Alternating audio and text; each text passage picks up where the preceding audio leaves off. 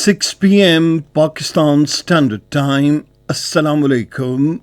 This is Radio Pakistan. The news read by Daman Zaman. The headlines. The joint session of the Parliament was informed today that the security forces, in a successful operation, got all the hostages released detained in the CTD compound in Bannu by the terrorists. The federal government has announced various austerity measures under the National Energy Conservation Plan to save national resources. A group of 89 Indian Hindu pilgrims arrived at Lahore today to participate in the Shivratri celebrations at Katas Raj Temple in Chakwal. In the Indian illegally occupied Jammu and Kashmir, the Indian troops, in their fresh act of state terrorism, martyred 3 Kashmiri youths in a fake encounter in Shopaiya district today. Joint exercises of the Russian and Chinese navies will begin in East China Sea tomorrow. England beat Pakistan by 8 wickets in the third and final cricket test match in Karachi today to sweep the series 3-0. And now the news in detail. The Defence Minister Khwaja Mohammad Asif today informed the joint session of the Parliament that the security forces, in a successful operation, got all the hostages released detained in the Counter-Terrorism Department compound in Bannu by terrorists. Speaking in the Parliament, he said the Special Services Group of Pakistan Army started the operation at 12:30 p.m. today and got the compound clear by 2:30 p.m. He said all the terrorists were killed in the operation. The Defence Minister further said 2 security officials embraced martyrdom in the operation, while around 15 SSG personnel, including an officer, got injured. The federal government has announced various measures under the National Energy Conservation Plan to save national resources.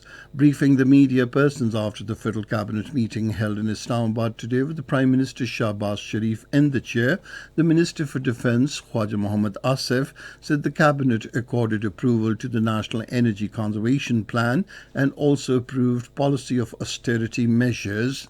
He said the federal government will also hold consultation with the provinces to take their input on these austerity measures. The Defence Minister said energy conservation and austerity is a national cause and we want to launch it with consensus. Elaborating the plan, he said the cabinet accorded approval to close down all restaurants, hotels and markets by 8 p.m. Similarly, marriage halls will be closed down after 10 p.m. Moreover, electricity fans, bulbs and geysers will also be made conservation friendly and use of electric bikes will be encouraged. Khwaja Mohammad Asif said all these austerity measures will help save billions of rupees of the nation. He said the Ministry of Information and Broadcasting will also run a special campaign to create awareness amongst the masses regarding these measures. The minister said all these measures will be finalized within a couple of days after consultation with the provinces. He said the cabinet discussed in detail about the impact of this policy of implementing austerity measures, which will become a part of our national culture and also help the nation get rid of the prevailing financial problems. The Chairman, National Disaster Management Authority, Lieutenant General Inam Haider Malik, called on the Prime Minister Mohammad Shahbaz Sharif in Islamabad today. During the meeting, he briefed the Prime Minister about the ongoing efforts for the rehabilitation in the flood-affected areas. The Minister for Planning and Development, Ahsan Iqbal, says Pakistan can become the center of economic activities by taking advantage of the geo-economics of the country. Addressing a ceremony in Islamabad today, he stressed the need to focus on increasing per capita income. Ahsan Iqbal said we have to make collective efforts as to how we can move up the economic ladder. He said it was this vision that transpired our journey towards the China-Pakistan Economic Corridor project. The minister said under the leadership of former Prime Minister Mohammad Nawaz Sharif, we started CPAC and we were able to harness $29 billion Chinese investment in different development projects. Newly appointed envoys of Canada, Austria, Syria, Serbia, and the Slovak Republic presented their credentials to the President, Dr. Arif Alvi, in Islamabad today. Later, they separately called on the President. Talking to the Ambassador of Canada, the President encouraged the Canadian businessman to explore vast economic and investment opportunities available in Pakistan. Terming resolution of the Rekodik project a positive development, the President expressed the hope that it would encourage further Canadian investment in Pakistan. Welcoming the Austrian ambassador, the President said Pakistan attaches high importance to its relations with Austria in the context of the European Union. Talking to the Syrian ambassador to Pakistan, the President appreciated the friendly gesture by the Syrian government to open group visas for Pakistani Zayareen and commended the decision taken by the airlines of both the countries to operate direct flights between Karachi and Damascus. The World Bank has approved $1.692 billion in financing for 5 projects to support people in the flood-affected areas of Sindh. 3 projects support rehabilitation and housing reconstruction and the restoration of crop production for the vulnerable communities, while 2 projects support health services for the mother and the child. This is Radio Pakistan. A group of 89 Indian Hindu pilgrims arrived at Lahore through Wagah border today to participate in the Shivratri celebrations at Katas Raj Temple in Chakwal. Welcoming them, the Additional Secretary of the Evacuee Trust Property Board, Rana Shahid, said adherents of different religions are living with religious freedom in Pakistan.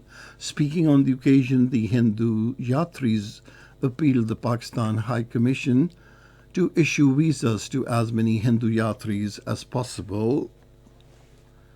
In the Indian illegally occupied Jammu and Kashmir, the Indian troops in their fresh act of state terrorism martyred 3 Kashmiri youths in a fake encounter in Shopaiya district today.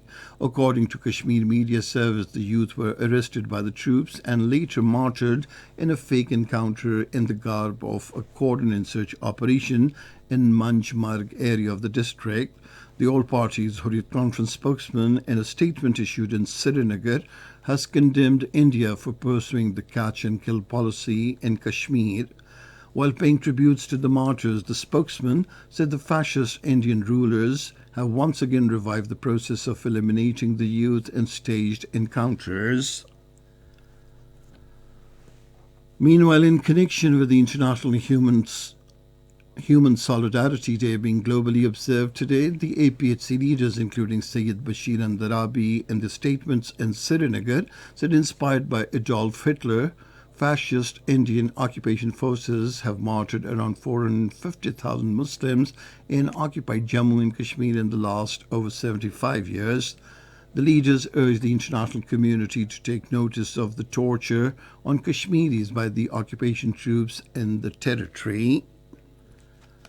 A week-long joint exercise of Russian and Chinese navies will begin in the East China Sea tomorrow, according to a brief notice by the China's Eastern Theater Command of the People's Liberation Army. The drills will continue till next Tuesday. The joint exercise is aimed to jointly respond to maritime security threats. Russia recently has also strongly backed China amid its tensions with the United States over Taiwan. Afghanistan has launched a 3-day anti-polio campaign in 26 provinces. The target of the drive is to vaccinate around 7 million children under 5 years of age. According to a statement of Afghanistan's Ministry of Public Health, so far this year only 2 cases of polio have been reported. In Nigeria, the police has killed at least 12 gunmen in a raid aimed at rooting out kidnappers. Weapons and motorcycles were also recovered from the hideouts of the gunmen. And now cricket. England beat Pakistan by 8 wickets in the third and final cricket test match in Karachi today to sweep the series 3-0. resuming on 112 runs for the loss of 2 wickets. England reached the modest victory target of 167 runs, with Ben Duckett and Ben Stokes finishing unbeaten on 82 and 35 runs respectively. The final scores: Pakistan 304 and 216 runs, England 354 and 170 for the loss of 2 wickets. England won the first cricket test match in Rawalpindi by 74 runs and the second in Multan by 26 runs. And finally, the weather report. Cold and dry weather is expected in most parts of the country, while very cold conditions are likely in northern areas in North Balochistan during the next 12 hours. Dense, foggy conditions are likely to prevail over the plain areas of the Punjab, Khyber Pakhtunkhwa and Upper Sindh. And that is the end of this news bulletin. For more news and analyses, log on to our website, radio.gov.pk, and you can also watch the live video streaming of our bulletins on the link facebook.com/Radio Pakistan News Official.